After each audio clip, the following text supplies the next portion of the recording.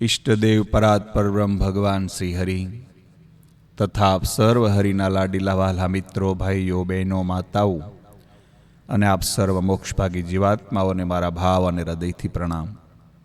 આપણે શ્રી સ્વામિનારાયણ ભગવાનની યશોગાથા સાંભળી રહ્યા છીએ. એમાં ગઈકાલે ભક્તિ માતા એમનો દેહાંતવાસ થયો ત્યાં સુધીની આપણે કથા સાંભળેલી. આજે ભગવાન શ્રી સ્વામિનારાયણના જીવન દર્શનમાં, જીવન ચરિત્રમાં માતા ધામમાં ગયા ત્યાર પછીની કથા આપણે સાંભળીએ. માતા ધામમાં ગયા, પણ ઘનશ્યામને માતાનું સુખ ક્યારેય ન ભૂલાય એવું સુવાસીના મનમાં ભાવ હતો. જો કે ભક્તિ માતા હતા, પણ ઘનશ્યામ તો ભાભી પાસે એવા જ લાડ રમતા હતા. પરંતુ હવે તો ભાભીએ જ માતા બન્યા. ઘનશ્યામને અડધી ઘડી પણ ક્યારેય છૂટા ન પડે એમનું ધ્યાન રાખતા. તે તેમને ગમતું પણ ન હતું. સરયુમાં સ્નાન કરવા માટે ઘનશ્યામ જ્યારે જાય ત્યારે રામ પ્રતાપને સાથે મોકલે. કોઈ વખત ઘનશ્યામના મિત્રોને પણ કહી રાખે કે તમારે ઘનશ્યામની સાથે સ્નાન કરવા જવાનું. પછી તે જ્યાં જાય ત્યાં તેમની સાથે રહે. નંદરામ ઘણી વખત ભૂખ્યો થઈને આવે, ખાવાનું માગે તો એમને તરત સુવાસીની ભાભી કહી દેતા, જો પેલા ઘનશ્યામ ભૈયાને બોલાવ, પછી બંનેને સાથે જમવાનું છે. એમ ફોલાવી પટાવીને પણ ઘનશ્યામને મૂકીને તેમને ક્યારેય જમવા દેતા ન હતા.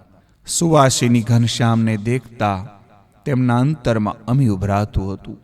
ઘનશ્યામ તેને ઘણી વખત ગમ્મતમાં કહેતા, ભાભી તને મૂકીને હું દૂર દૂર પશ્ચિમમાં ચાલો જઈશ, પછી તું મને ક્યાં ગોતવા આવવાની? ભાભી ત્યારે તરત સ્થિર થઈ જતા ને કહેતા, ભૈયા એવું ન કરશો. ભાભીનું અંતર તમે જ્યાં જશો ત્યાં તમને ઝંખતું તમારી પાછળ ને પાછળ જ આવતું રહેશે. પણ હું મોટો રાજા બનીશ તો? ઘનશ્યામ છગતા, હું તો તારી સાહેબી જોઈને રાશીશ, દૂરથી જોઈશ, તારી નજીક નહીં આવું. તને મારી નજરની બહાર તો નહીં જ જવા દઉં. પરંતુ ઘનશ્યામને પોતાનું કાર્ય દ્રષ્ટિપથમાં સ્પષ્ટ દેખાતું હતું. એ કાર્યને આડે કોઈ ન આવે એમનો એ અનુસંધાન રાખતા. ઘનશ્યામની આવી વાતોથી ભાભીને દહેશત લાગતી. તરત જ કહી દેતા, અરે ઘનશ્યામ, તું આવું ક્યાં બોલે છે? હું તને બેડી પહેરાવી દઈશ, પણ તું જઈશ ક્યાં? આવું સાંભળી ઘનશ્યામને થતું કે આ લોકમાં પુરુષ અને સ્ત્રીના અંતરમાં તો આવા જ વાત હોય. ઠેઠ પ્રકૃતિ પુરુષ સુધી આ જ વાસના છે, પણ હવે એ બંધન તોડવું એ અજ્ઞાન ટાળવાનું છે. અચાનક ધર્મદેવ ત્યાં આવ્યા. સુવાસીની ભાભીએ માથે શેડો સંકોર્યો. ઘનશ્યામને એમણે કહ્યું, ઘનશ્યામ, ભાભીનું ધ્યાન રાખજે. આ સૂસક શબ્દ સાંભળી ઘનશ્યામ અને ભાભી એકબીજા સામું જોઈને હસે છે. એટલામાં ત્યાં લાલમણી ત્રંબોળીની સ્ત્રી વલની આવી. સુવાસિનીએ તેને પ્રેમથી બોલાવી. ભક્તિ માતા તેને બહેનની જેમ રાખતા. એણે ભાભીને અને ઘનશ્યામને વાત કરતા જોયા. ધીરે રહીને એણે સુવાસીને કહ્યું, સુવાસિની, આ ઘનશ્યામ ઘરમાં રહે એવો નથી, માટે બહુ જતન કરીને સાચવજે. ભક્તિ તો એને આંખની કીકીની સમાન ગણતી હતી. ઘનશ્યામ આ સાંભળી ત્યાંથી ચાલ્યા ગયા. વલની સુવાસીની પાસે બેઠી ઘણીવાર સુધી એણે ઘનશ્યામ સંબંધી સુવાસીની સાથે વાતો કરી. ઘનશ્યામની વાતો કરતા કોઈ ક્યારેય થાકતું પણ ન હતું. વલનીની વાત સાચી હતી કે ઘનશ્યામ કોઈની સાથે જાજુ બોલતા નથી, બહુ જ નિસ્પૃહી છે. તેઓ જ્યાં જાય ત્યાં એમને મનુષ્યનો વિષયની ગંધ આવતી, તેથી તેમની સાથે બેસવું પણ એમને ગમે નહીં. આમાં અપવાદ હતા બે, દિનાશી અને ભુવાનદીન. આ બે નૈષ્ટિક બ્રહ્મધારી મલ્લો હતા. સ્ત્રીઓથી એમને 10 હાથ દૂર રહેતા. સ્ત્રી સંબંધી વાતો તેઓ કરતા નહીં. રસ્તામાં કોઈ લંપટ પુરુષને સ્ત્રીની મશ્કરી કરતા જોવે તો ત્યાં ને ત્યાં જ તે ઠપકારતા. આખા અયોધ્યામાં સ્ત્રી લંપટ જીવોને આ બે મલ્લોની ભીખ લાગતી.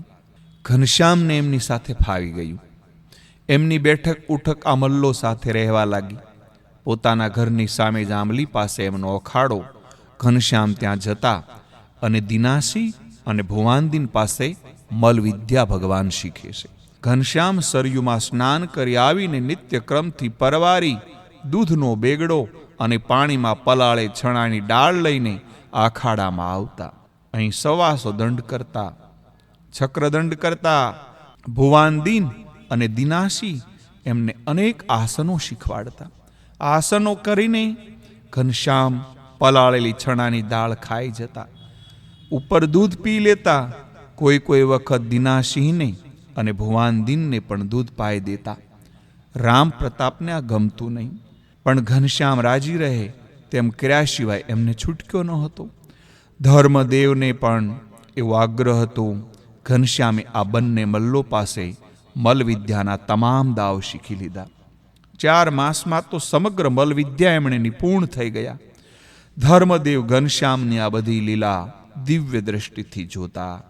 એમના અંતરમાં ઘનશ્યામના સ્વરૂપના સર્વ પ્રકારે દિવ્ય ભાવ હતો. તેથી ઘનશ્યામના ચરિત્રમાં હવે એમને મોહ થતો નથી. ઘનશ્યામની મલ વિદ્યામાં કુશળતાની વાત સાંભળી એક વિપ્ર મલયુદ્ધ કરવા માટે આવ્યો છે. ઘનશ્યામને 11મું વર્ષ હાલતું હતું અને પેલો વિપ્ર 20 વર્ષનો હતો. ઘનશ્યામ તથા ભુવાનદીન અને દિનાસી રમવાની ના પાડે છે, છતાં એમણે હઠ ન છોડી. તેથી આ અભિમાની વિપ્રને પાઠ ભણાવવા ઘનશ્યામે શરત મૂકી કે લડતા લડતા કંઈ વાગે અમારી જવાબદારી નહીં. અને એ બ્રાહ્મણ સમન થયું. ભુવાનદીન અને દિનાસી જામીન બને છે. ઘનશ્યામને મારી નાખવાના હેતુથી આવેલ આ આસુરી સ્વભાવવાળા બ્રાહ્મણને ઘનશ્યામે ફંગાવ્યું અને કહ્યું, તારામાં જેટલું જોર હોય એટલા જોરથી મારી કેડ પકડ. બ્રાહ્મણ મલ્લે કેડ પકડી. પછી ઘનશ્યામે કહ્યું, હવે મને ફેંકી દે. ઘનશ્યામને મારવાનો ખરો લાગ આવ્યો છે એમ માની જેવો એ મલ ઘનશ્યામને ઉસાળવા ગયો, ત્યાં જ ઘનશ્યામે દાવપેસથી પોતાની કેડ સોડાવી લીધી અને મલ આંસકાની સાથે ઘૂમરો મારી ખાતો પડી ગયો. મોઢામાંથી લોહી નીકળી ગયું. એક હાથ પણ ભાંગી ગયો. આ તમાશો જોવા આવેલા સૌ ઘનશ્યામને જય જયકાર કરે છે. એ બ્રાહ્મણ મલનો બાપ ત્યાં આવીને ઘનશ્યામને ડરાવા લાગ્યો. એટલામાં રામ પ્રતાપ આવે છે. મલને ભોંય પડેલો જોઈ બધાએ મામલો પામી ગયા. એમને પેલા વિપ્રને બાપને ડારો આપ્યો. આવડા નાના બાળક સાથે લડતા શરમ નથી આવતી? લોકો પણ ઘનશ્યામનો પક્ષ ખેંચવા લાગ્યા છે. આથી તે પરાજિત થયેલા પોતાના પુત્રને જોળીમાં નાખી અને ઘરે લઈ ગયો છે. ત્યાંથી પેલો બ્રાહ્મણ મલ ભુવાનદીન અને દિનાસી પર દ્વેષ રાખવા લાગ્યો.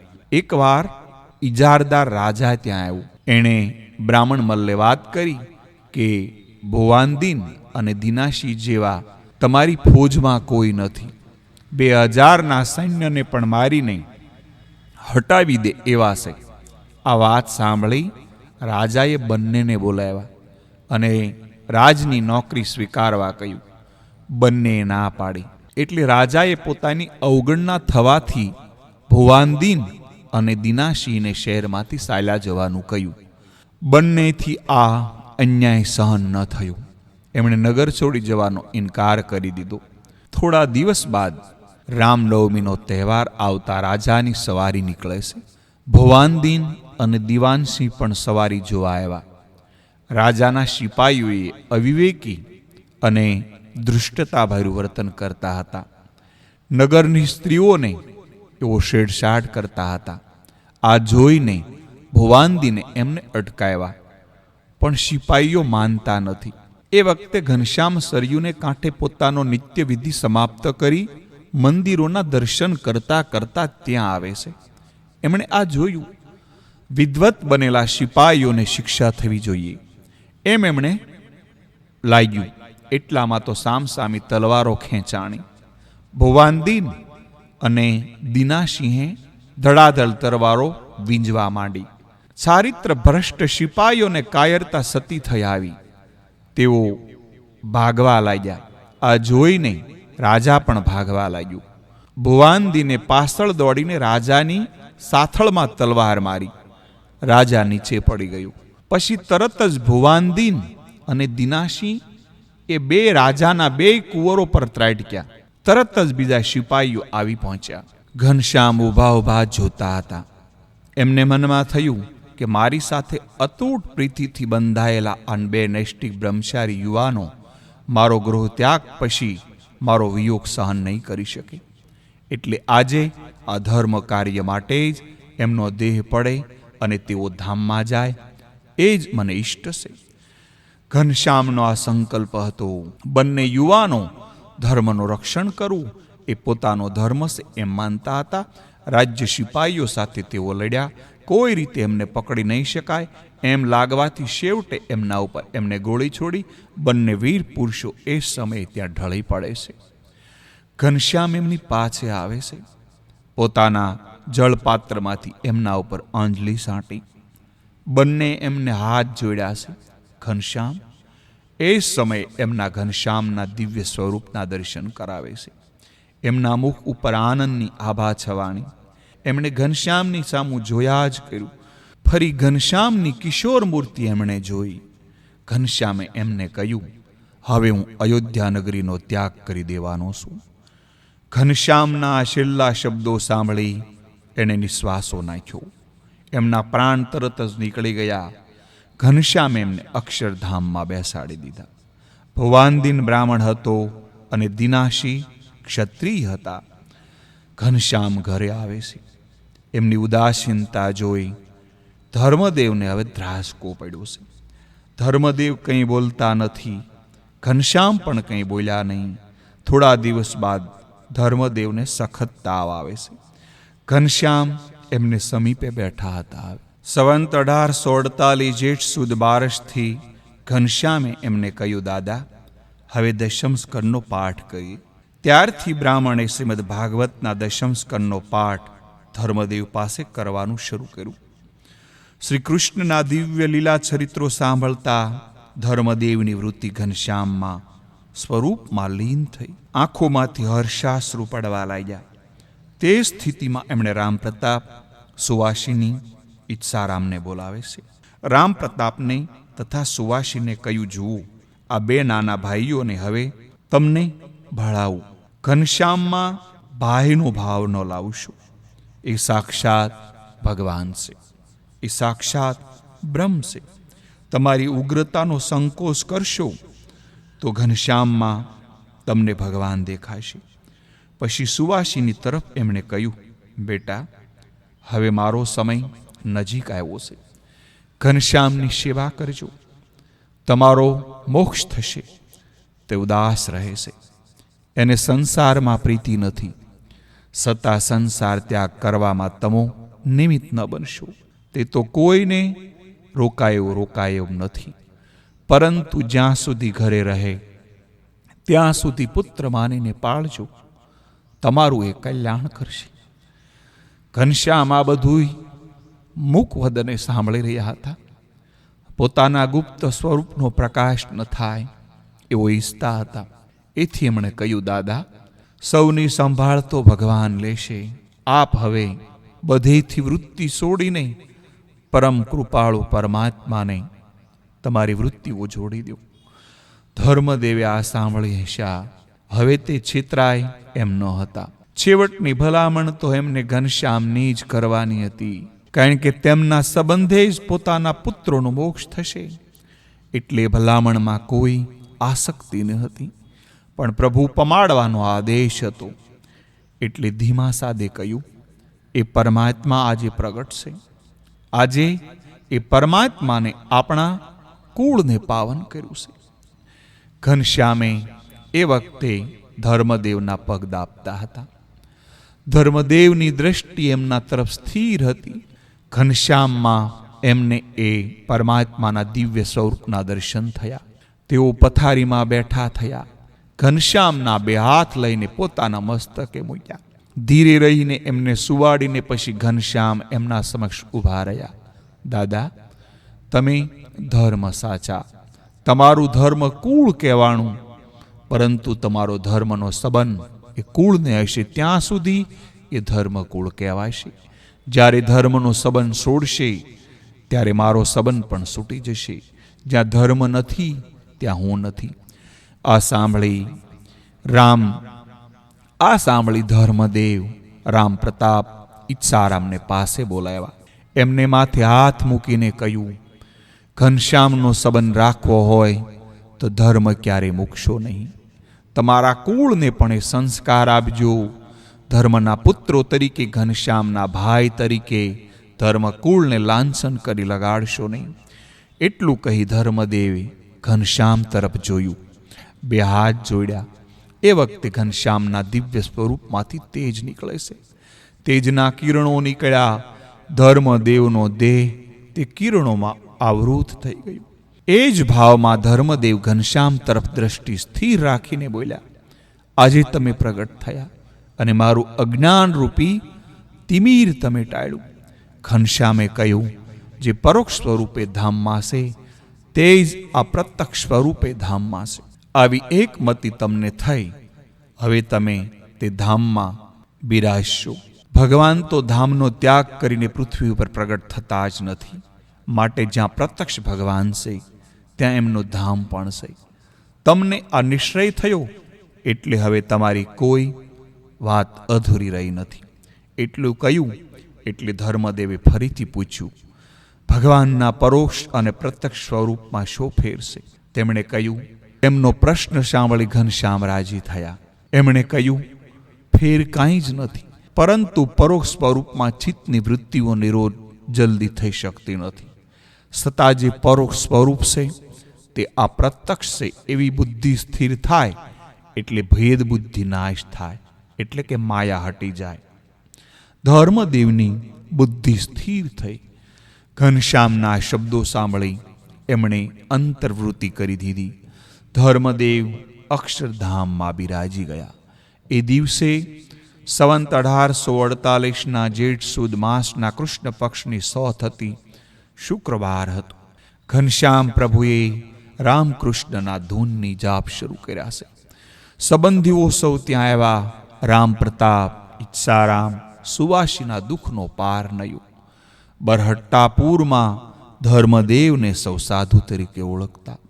અયોધ્યામાં એમને સૌ વિદ્વત શિરોમણી તરીકે જાણતા. સારા ઉત્તર પ્રદેશમાં ધર્મદેવની પ્રતિષ્ઠા મહાત્મા તરીકેની હતી. ધર્મના જ્ઞાનના અનેક પ્રશ્નોના ઉકેલ માટે એમની પાસે સૌ આવતા. પોતે પણ ધર્મનું મૂર્ત સ્વરૂપ છે એટલે ધર્મ પ્રસારણમાં રાચતા. આજે ધર્મ ગયા. એમની સુવાસ, એમનું કાર્ય નહોતું ગયું. ઘનશ્યામે સૌને સમજાવ્યું, દેહ તો જવાનો છે, પણ દેહના મનમાં અને જીવના ધર્મ સદાય પૃથ્વી ઉપર રહેશે. એ ધર્મે જ અંગીકાર કરે તે ધર્મકુળ. ધર્મદેવના મૃતદેહને ષોડશારપચારથી સ્નાન કરાવ્યું છે. નવા વસ્ત્રો ધારણ કરાવ્યા. એક વિમાનમાં પધરાવ્યું. વિમાન ફૂલોથી સારી રીતે શણગાર્યું. સ્વજનો રામકૃષ્ણના નામની ધૂન બોલતા હતા. એમ ભજન કરતા સૌ સરયુને કિનારે રામઘાટ ઉપર આવ્યા છે. ધર્મદેવના અવસાનના સમાચાર સાંભળી અયોધ્યા નગરીના કેટલાક પ્રતિષ્ઠિત લોકો, વિદ્વાનો સીધા ત્યાં આવ્યા છે. ધર્મદેવના અવસાનથી વિદ્વાનોને ન પુરાય એવી મોટી ખોટ લાગી. ત્યારબાદ ચંદન, તુલસી, પીપળના વૃક્ષના લાકડાની ચિતા રસાણી. વિધિ પૂર્ણ કરી ધર્મદેવના દેહને ત્યાં પધરાવ્યું. રામ પ્રતાપભાઈએ અગ્નિ સંસ્કાર કર્યો છે. ઘનશ્યામ એક બાજુ મૌન સેવી ધ્યાનમગ્ન બેસી ગયા. પિતાના અવસાનથી ઘનશ્યામની આ ઉદાસીનતા સૌને સહજ લાગી એટલે એમને એ ભાવમાં કોઈ વિક્ષેપ કરવા એમની પાસે ગયા નહીં.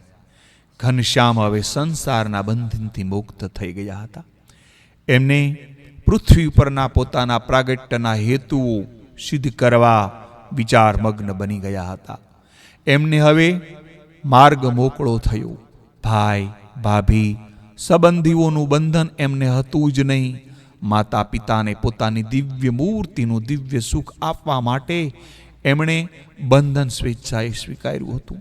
આજે હવે એમને મુમુક્ષુ અને સાદ ગુગળાવતો હતો.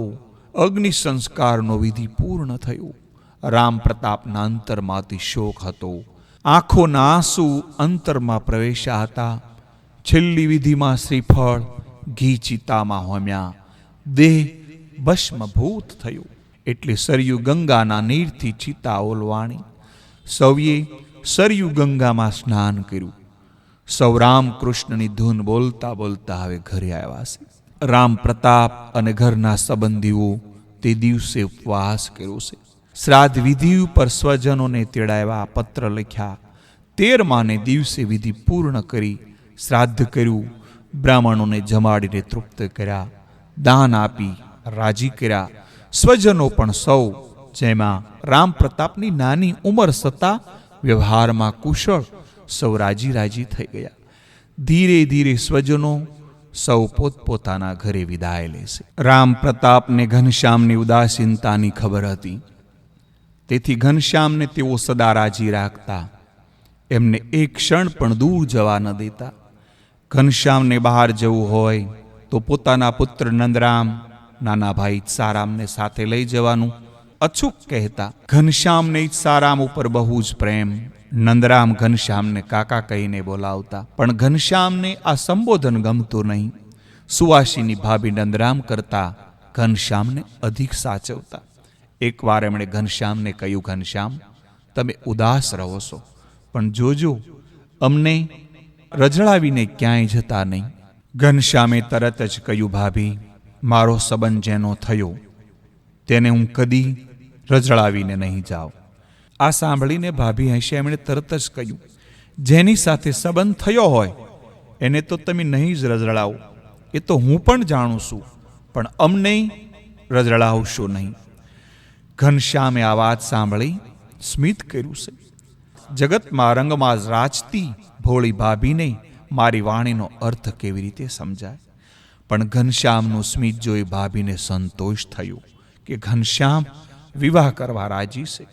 સુવાસિનીએ એક દિવસે રામ પ્રતાપભાઈને કહ્યું, હવે ઘનશ્યામનો વિવાહ કરી લઈએ. ઇટારના પાંડેની પ્રતિષ્ઠા. તેથી લોકો કહેવરાવે છે કે આપણે ક્યાં સુધી બધાને ના કહેવી. આ સાંભળી રામ પ્રતાપ વિચારમાં પડી ગયા. એમને લાગ્યું કે સુવાસિનીએ ઘનશ્યામનું મન પારખી લીધું લાગે છે. ખંભારિયાના નિહાલ મિશ્રાનું દબાણ એમના ઉપર ઘણું હતું. 13 ગામના નિહાલ મિશ્રનું કુળ પણ ઊંચું હતું. રામ પ્રતાપે તરત જ નિહાલ મિશ્રને તેડાવવા માટે એ જ દિવસે પત્ર લખ્યો છે. ઘનશ્યામના સ્વભાવથી રામ પ્રતાપ પરિચિત હતા.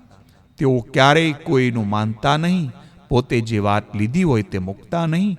જો રામ પ્રતાપ ગુસ્સો કરતા તો ઘનશ્યામ તરત જ કહી દેતા, તો હું ઘર છોડીને ચાલુ જઈશ. આવું સાંભળી રામ પ્રતાપને બીક લાગતી. તે તરત જ નરમ થઈ જતા. ઈચ્છારામ ઘનશ્યામને વળગી પડતા અને ગળે વળગાડીને કહેતા, ભૈયા, તમે સાયલા જશો પણ અમને સાથે લઈ તો જશો ને? ઘનશ્યામ એમને વાલથી કહેતા, મને સંભાળશો તો જરૂર સાથે રાખીશ. ઈચ્છારામને સંતોષ થતો. ખંભાળિયાના નિહાલ મિશ્ર એમની દીકરી ચંદ્રકળાને લઈને અયોધ્યામાં આવી ગયા. ઘનશ્યામને આગંતુક મહેમાનને જોઈને આશ્ચર્ય થયું. તે તરત જ ઘરેથી નીકળી ગયા. રામ પ્રતાપને થયું કે નિરાતે સમજાવીને વાત કરીશ. બપોરે જમવાનો સમય થયો પણ ઘનશ્યામ આવ્યા નહીં. રામ પ્રતાપને ચિંતા થઈ, પરંતુ મહેમાનને તો જમાડી લેવા પડે. તેથી તેઓ મહેમાનોની સાથે જમવા બેસી ગયા. સુવાસિનીએ ચંદ્રકળાને જમાડી લીધી. પછી તે પોતે ઘનશ્યામની રાહ જોતા ઘનશ્યામનું ભજન કરવા બેઠા છે. સાંજે ઘનશ્યામ ઘરે આવ્યા ત્યારે સૌને શાંતિ થઈ. સુવાસિનીએ તરત જ રસોઈ ગરમ કરી ઘનશ્યામને જમવા બેસાડ્યા. ઘનશ્યામનું મન હવે ઘરમાંથી ઉઠી ગયું હતું. થોડું જેમાં જમતા જમતા એમણે કહ્યું, ભાભી, તારા હાથની આ છેલ્લી રસોઈ જમું છું. ભાભીએ તરત જ હસતા હસતા કહી દીધું, હજી વિવાહ તો થયા નથી અને આજથી ભાભીનો સંબંધ છોડ્યો? ઘનશ્યામને આ સાંભળી ભાભીની દયા આવી. સંસારી જીવમાં આવી જ ભાવના ઊંડી ઊંડી ખૂતેલી હોય છે. આવા સંસારી જીવોની મુક્તિ માટે જ એમનું પ્રાગટ્ય હતું. ભાભીને આ કેવી રીતે સમજાવું? પણ હવે સમય નજીક આવી ગયો. એમને થયું કે ભાભી આંસુ સારતી મને સંભાળશે, તેમાં જ એમનું કલ્યાણ છે. ઘનશ્યામે હાથ ધોયા, ભાભી પર એક સૂચક દ્રષ્ટિ નાખી અને પોતાના ઓરડામાં ગયા છે. ઘનશ્યામની પાછળ રામ પ્રતાપ આવ્યા. એમણે કહ્યું, ઘનશ્યામ, ખંભારિયાથી નિહાલ મિશ્ર આવ્યા છે, એમને મળ્યા. ઘનશ્યામે તરત જ કહ્યું, મારે મળવું નથી. તે જે કાર્ય માટે આવ્યા છે તે કામ બને એમ નથી. આ સાંભળી રામ પ્રતાપભાઈને આઘાત લાગ્યો છે. એમણે ઘનશ્યામના ખભા ઉપર હાથ મૂકીને કહ્યું, અરે ઘનશ્યામ, આજે આવું કુળ જડે એમ નથી. નાદાનીમાં ના કહો, પણ પછી પસ્તાવું પડશે. ઘનશ્યામને આ વાત જાજી લંબાવવાની ઈચ્છા ન હતી. એમણે તરત જ કહી દીધું, ભૈયા, હું નાદાનીમાં નથી કહેતો, હું સમજીને ના કહું છું. મારો એ માર્ગ નથી. મારું કાર્ય તો અનંતને માર્ગે ઉગારવાનું છે. રામ પ્રતાપને ઘનશ્યામ હજુ નાદાન લાગતા હતા. પિતાનો ઉપદેશ વિસરી ગયા. વ્યવહારની મોજાળમાં બ્રહ્મજ્ઞાનનો શબ્દ પૂછાઈ ગયો. એમણે ઘનશ્યામને ફરી સમજાવ્યા, ઘનશ્યામ, તમે હજી નાના છો એટલે આવું બોલો છો. જુવાની આવશે ત્યારે જુવાનીનું જોર તમને મૂંઝવશે, માટે હમણાં અમારું માનો. ઘનશ્યામ આ સાંભળી હસે છે. દેહને દેહના ભાવથી, દેહની અવસ્થાથી પર સદા અજન્યમાં એવા પૂર્ણ પુરુષોત્તમ દિવ્ય સ્વરૂપ, આ કેવો મનુષ્ય ભાવ!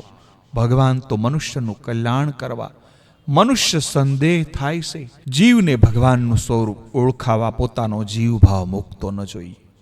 પણ એ જ્ઞાન અત્યાર સુધી ક્યાં પ્રવર્તે આવ્યું હતું? ઘનશ્યામે તરત જ કહી દીધું, ભૈયા, એ બધા જ ખ્યાલો છોડો, એ વાત કદી બનવાની નથી. રામ પ્રતાપને લાગ્યું કે ઘનશ્યામ હઠીલો છે. હમણાં તે હઠ મૂકશે નહીં, માટે કાલે વાત. તે તરત જ ઘનશ્યામના ઓરડામાંથી નીકળી જાય છે. ઘનશ્યામ હવે એકલા પડ્યા, વિચારે સડી ગયા. જગતમાં હજુ સુધી ન સ્થપાયેલી, જેની અણસાર પર ભારતના વેદકાલીન ઋષિમુનિઓએ માંડી અર્વાસીન સમયમાં કોઈ માંધાતાઓએ હજુ સુધી માન્યો ન હોય એવો જે પ્રકૃતિથી સદા પર છે, તે બ્રહ્મ વિદ્યાનું મારે સ્થાપન કરવું છે. તે માટે મારા અક્ષરધામને, અક્ષર મુક્તોને અને દિવ્ય ઐશ્વર્યને હું સાથે લાવ્યો છું. તે બધાય મારી વાટ જોતા હશે. તો વહાલા મિત્રો, આજે ભગવાન શ્રી સ્વામિનારાયણની યશોગાથાને અહીંયા વિરામ આપું છું. આવતીકાલે ભગવાન શ્રી હરિ ગૃહનો ત્યાગ કરશે. સુવાસિની બાઈને વિયોગ થશે. રામ પ્રતાપ, અયોધ્યાવાસીઓ ઈચ્છારામ બધાએ શોધખોળ કરશે. એ બધી જ કથાઓ આપણે આવતીકાલે લઈશું. તો આપ સર્વના ચરણમાં મારા ભાવ અને હૃદયથી પ્રણામ.